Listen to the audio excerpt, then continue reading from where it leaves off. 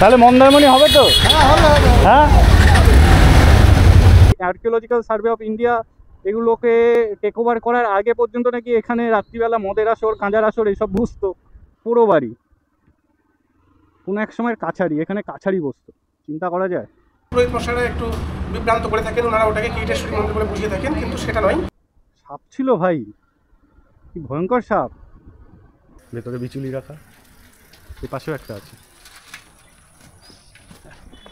কি অবস্থা না, একটা জিনিস খুব তৃপ্তি করে খেয়েছি। আবার আসবে অবশ্যই। এবার পোলাও টোলাও সব ভোগ খাওয়াবো তোমাদেরকে।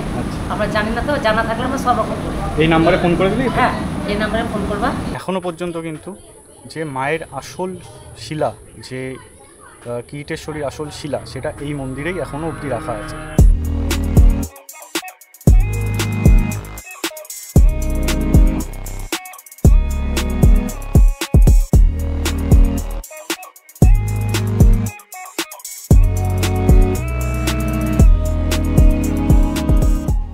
Good morning.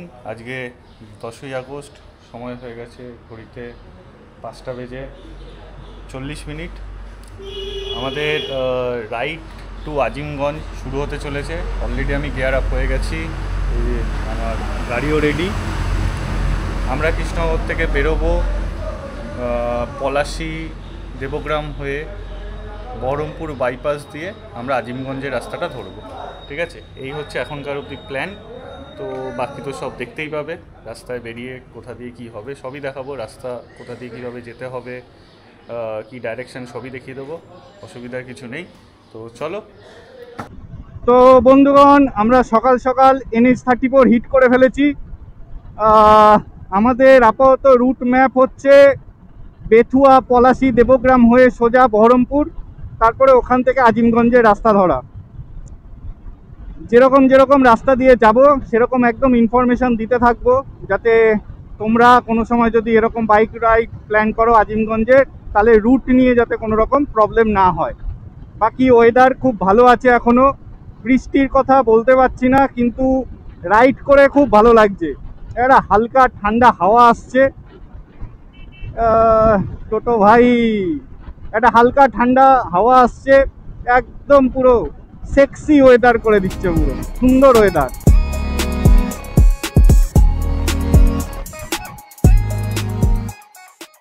কৃষ্ণনগর থেকে 30 কিলোমিটার রাইড করার পরে প্রথম আমাদের এখানে বেথুয়া ডৌরি টোল প্লাজা পড়লো। আমরা এখনো NH-34-এই আছি, NH-34-এই থাকবো। এটা তার ফার্স্ট টোল আমাদের জার্নির।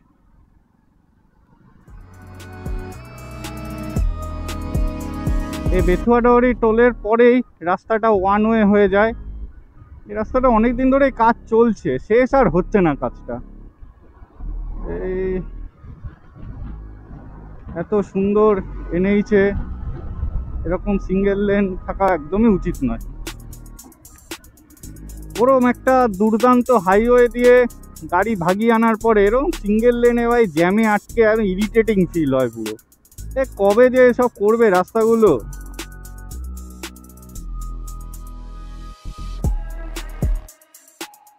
চলে এসছি এখন পলাশীতে, আর এই যে সামনে দেখতে পাচ্ছ সাদা রঙের গেটটা, এর পিছনেই আছে সেই পলাশী প্রান্তর, যেখানে যুদ্ধ হয়েছিল, পলাশীর যুদ্ধ। এই পিছনটায় আছে আমবাগান আর কি, মানে এখন আমবাগান হয়ে গেছে, আগে ওইখানেই যুদ্ধ হয়েছিল কোনো এক সময়। তো কৃষ্ণনগর থেকে 58 কিলোমিটার আমরা রাইড করে ফেলেছি অলরেডি। আমরা বলছি কেন, আমরা বলছি এই কারণেই, আজকে আমি একা নই, আমার সাথে আরও দুজন কাপল যাচ্ছে এই অভিযানে, আজিমগঞ্জ অভিযানে।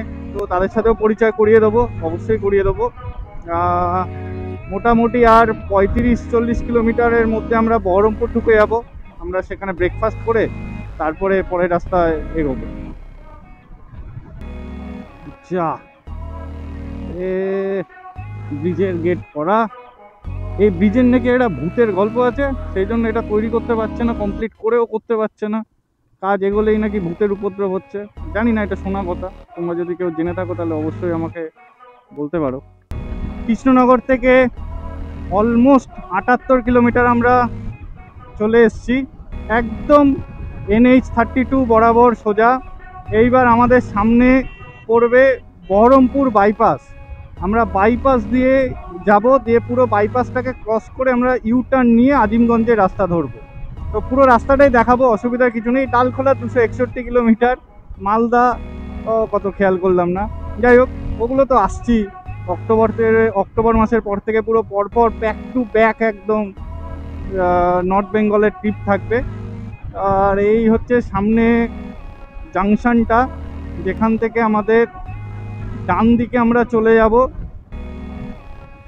ডান দিকে চলে যাব বহরমপুর বাইপাস, আর বাঁদিকে চলে যাবে হচ্ছে বহরমপুর টাউন। আমরা বহরমপুর বাইপাস দিয়ে যাব, ব্রেকফাস্টও করব বহরমপুর বাইপাসে উঠেই। এই যে বাঁদিকের এই রাস্তাটা সোজা বহরমপুর টাউনে চলে যাচ্ছে, আর আমরা এই সোজা বহরমপুর বাইপাস ধরে নিলাম। এখন দেখতে হবে বহরমপুর বাইপাসের কীরকম কন্ডিশন। মাঝখানে কিছুদিন, এই 2-3 দিন আগে একটা ভিডিও আমি দেখছিলাম, কেউ একজন দিয়েছিল সোশ্যাল মিডিয়াতে, যে অবস্থা নাকি খুবই খারাপ, জায়গায় জায়গায় হাড় কঙ্কাল বেরিয়ে গেছে। সেটা দেখছি কি অবস্থা। এই বহরমপুর বাইপাসের উপরে এই বাঁদিকে আছে হচ্ছে বাইপাস ধাবা, এখানে আমরা ব্রেকফাস্ট করব কিছু। যে বাইপাস ধাবা, তবে রাস্তা কিন্তু জায়গায় জায়গায় বেশ খারাপ, খুবই খারাপ। আমরা এখন আছি বহরমপুর বাইপাসে, বাইপাস ধাবাতে। অনেকটাই বড় স্পেসিয়াস জায়গা। এখানে আমরা ব্রেকফাস্টের জন্য দাঁড়িয়েছি, পুরি সবজি ব্রেকফাস্ট করছি আপাতত। আর এখান থেকে সোজা চলে যাব বহরমপুর বাইপাস ক্রস করব, করে তারপরে আমরা ইউটার্ন নিয়ে আজিমগঞ্জের রাস্তা ধরবো।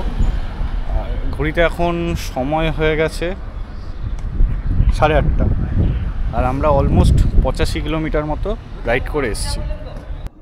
কতটা জল বেড়ে গেছে দেখো বাবা, এইসব জায়গা তো পুরো চাষ হতো, এগুলো তো এমনি প্লেন ল্যান্ড ছিল, কত জল বেড়ে গেছে। আর এদিকে বহরমপুর বাইপাস কিন্তু অবস্থা খুবই খারাপ, মানে জায়গায় জায়গায় বড় বড় পথহোল।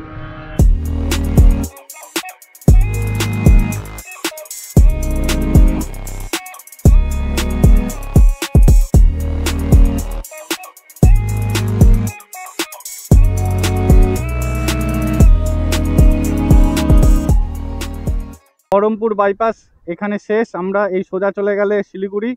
আমরা কিন্তু এখান থেকে ইউ টার্ন নিয়ে সোজা গাড়িটাকে ঘুরিয়ে দেবো বহরমপুর টাউনের দিকে।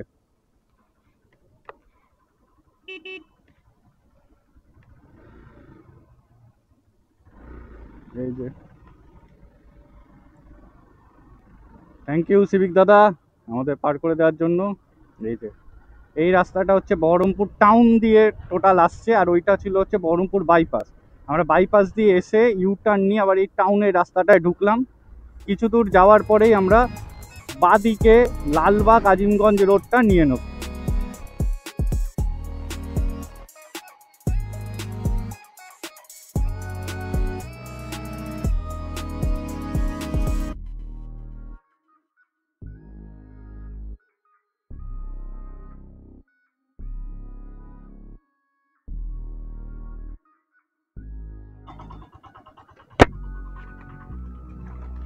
ওই ভাঙাচোরা রাস্তাটা দিয়ে টোটাল ক্রস করে এসে এইবার এই চার মাথার মোড়টা পড়বে, এখান থেকে আমরা যাব হচ্ছে এই সোজা চলে যাব। এইবার আশা করি একটু ভালো রাস্তা পাবো, আগের রাস্তাটা খুবই চাপের ছিল। চলো একটু ভালো রাস্তা পাওয়া গেছে। এখান থেকে আর বেশিক্ষণ না, এখান থেকে প্রথম আমরা যাব পঞ্চমুখী শিব মন্দির, সেটা আর 8 কিলোমিটার মতো ডিস্টেন্স। আশা করি 15-20 মিনিটের মধ্যে ঢুকে যাব। চলো কাকা, জেসিবি যদি একটু জায়গা দাও। থ্যাংক ইউ জেসিবি কাকা।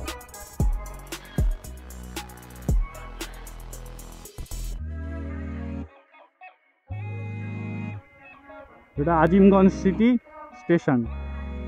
এই স্টেশনের রেল ব্রিজটা ক্রস করে এই ছোট্ট বাজারের মধ্যে দিয়ে একটুখানি এসে আমাদের এই গঙ্গার পাশের রাস্তাটাকে ধরে নিতে হবে। ব্যাস, আমরা ট্র্যাকে চলে এসেছি।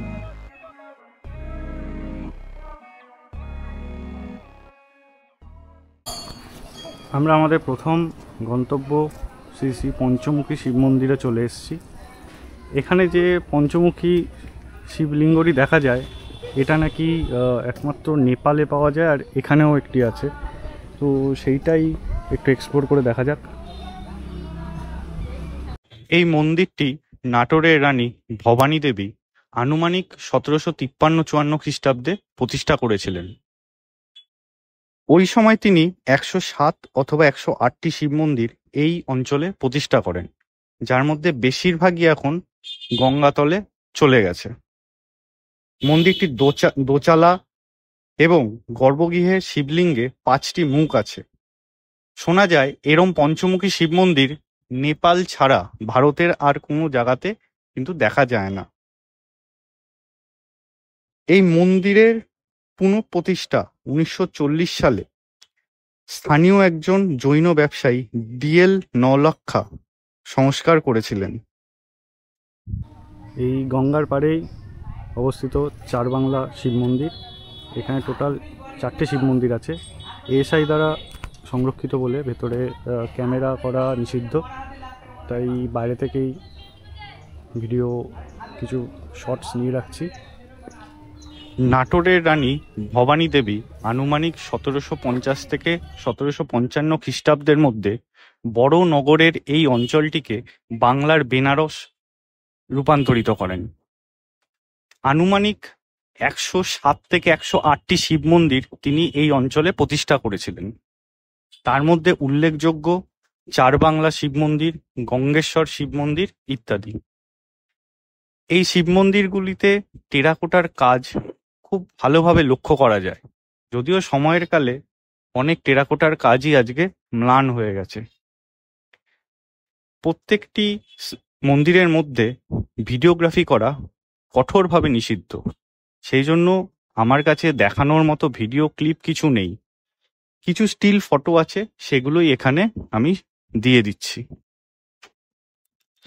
আমরা এখন আছি রাজরাজেশ্বরী দেবী মন্দিরে। এই যে পাশের এই মিনারগুলোকে দেখা যাচ্ছে, এগুলো কিন্তু কোনো এক সময় মানে খুবই তাৎপর্যপূর্ণ ছিল। টেরাকোটার কাজ কিন্তু এখানেও এখনও দেখা যাচ্ছে, নেই বেশিরভাগ, দেখা যাচ্ছে অল্প। মানে বোঝা যাচ্ছে এগুলো টেরাকোটা কাজের সম্পূর্ণই ছিল কালের নিয়মে। এখন সবই গোয়াল ঘর, ভেতরে বিচুলি রাখা। এ পাশেও একটা আছে। কি অবস্থা না? গরমে অবস্থা নাজেহাল, কিন্তু আমাদের এই আজিমগঞ্জ অভিযান চলছে। সত্যি কথা বলতে এই রানী ভবানী দেবী 1750-1760 এই দশকে যে ধরনের নিদর্শন এই বড়নগর আজিমগঞ্জের বুকে তৈরি করেছেন তা মানে অস্বাভাবিক, অকল্পনীয়। টেরাকোটার কাজ মানে কিন্তু শুধু বিষ্ণুপুর বাঁকুড়া নয়, এই আজিমগঞ্জে খুবই সুন্দর সুন্দর, আর প্রত্যেকটা টেরাকোটার কাজ যতটুকু বাঁচিয়ে রাখা গেছে এখনো অবধি, তাতে কিন্তু পরিষ্কার বোঝা যাচ্ছে যে সেই সময়ের যে ভক্তিবোধ কতটা ছিল। প্রত্যেকটা এই টেরাকোটার কাজে রামায়ণ, মহাভারত, এইসব বিষ্ণু অবতার বিভিন্ন, এইটা হচ্ছে সেই সময় কাছারি ছিল। এখন দেখুন পুরো বাড়ি কোনো এক সময়ের কাছারি, এখানে কাছারি বসে, চিন্তা করা যায়। আর এই চারবাংলা মন্দির এগুলো কমপ্লিট হয়ে গেছে। জল তো ফুসছে, ভাগীরথীর জল একদম ফুসছে। তো এই আজিমগঞ্জে টেরাকোটার মন্দিরের কাজ যারা যারা দেখতে আসবে ভাবছো, তাদের দুটো রাস্তা আছে। আইদার যদি বাইকে অথবা গাড়িতে আসো তাহলে NH-34 হয়ে এসে বহরমপুর বাইপাস ক্রস করে ইউটার্ন নিয়ে বহরমপুরের রাস্তায় ঢুকে তারপরে রেল গেটটা ক্রস করে বাহাতে একদম সোজাসুজি, কোনো ডান দিক বাদিক নয়, একদম সোজাসুজি চলে যাবে, তো ডাইরেক্ট আজিমগঞ্জে পৌঁছে যাবে। আর সেকেন্ডে যে ট্রেনে আসবে তো তাদের জন্য হচ্ছে শিয়ালদা লাইনে যদি আসতে চাও, শিয়ালদা লাইন দিয়ে যে কোনো লালগোলাগামী ট্রেন, যেমন হাজারদুয়ারি হোক বা লালগোলা প্যাসেঞ্জার হোক, এইসব ট্রেন ধরে চলে আসবে জিয়াগঞ্জ। জিয়াগঞ্জ থেকে স্টেশন থেকে খেয়া পার করবে, জাস্ট মানে অটো এই টোটো ধরে খেয়াঘাটে আসবে, খেয়া পার করে আজিমগঞ্জ, তারপরে ওখান থেকে একটা টোটো ভাড়া করে নিয়ে সারাদিনের জন্য ঘুরতে পারো। অথবা যদি হাওড়া বা তোমাদের ওই নবদ্বীপ কাটোয়া লাইন থেকে আসো, তাহলে ডাইরেক্ট চলে আসবে আজিমগঞ্জ, সেখান থেকে একটা ডে আউট ট্যুরের জন্য টোটো রেন্ট নিয়ে নেবে, দিয়ে তারপরে সারাদিন ঘুরে নেবে তোমাদের মতো। একটা ব্যাপার শুনে খুব খারাপ লাগলো, এইসব চারবাংলা মন্দিরে কিছুদিন আগে পর্যন্তও নাকি মানে ASI archaeological survey of India এগুলোকে টেক ওভার করার আগে পর্যন্ত নাকি এখানে রাত্রিবেলা মদের আসর, কাঁজার আসর এইসব বুঝতো। ভাই কি করে হয়, এত সুন্দর একটা জিনিস সেটাকে এইভাবে নষ্ট করার তো কোনো মানেই নেই। বাংলার বেনারস তোমাদের কেমন লাগছে অবশ্যই আমাদের জানিও। আমাদের এই ধরনের অভিযান চলবে। গরম প্রচণ্ড, সকাল থেকে খুব ভালো ওয়েদার ছিল, হঠাৎ করে তারপরে একদম মানে গরম, চিটপিটে গরম হয়ে গেছে। আমরা তার মধ্যে অভিযান চালাচ্ছি, কোনো ব্যাপার না, এই ঐতিহ্যের খোঁজ আমরা চালিয়ে রাখবো।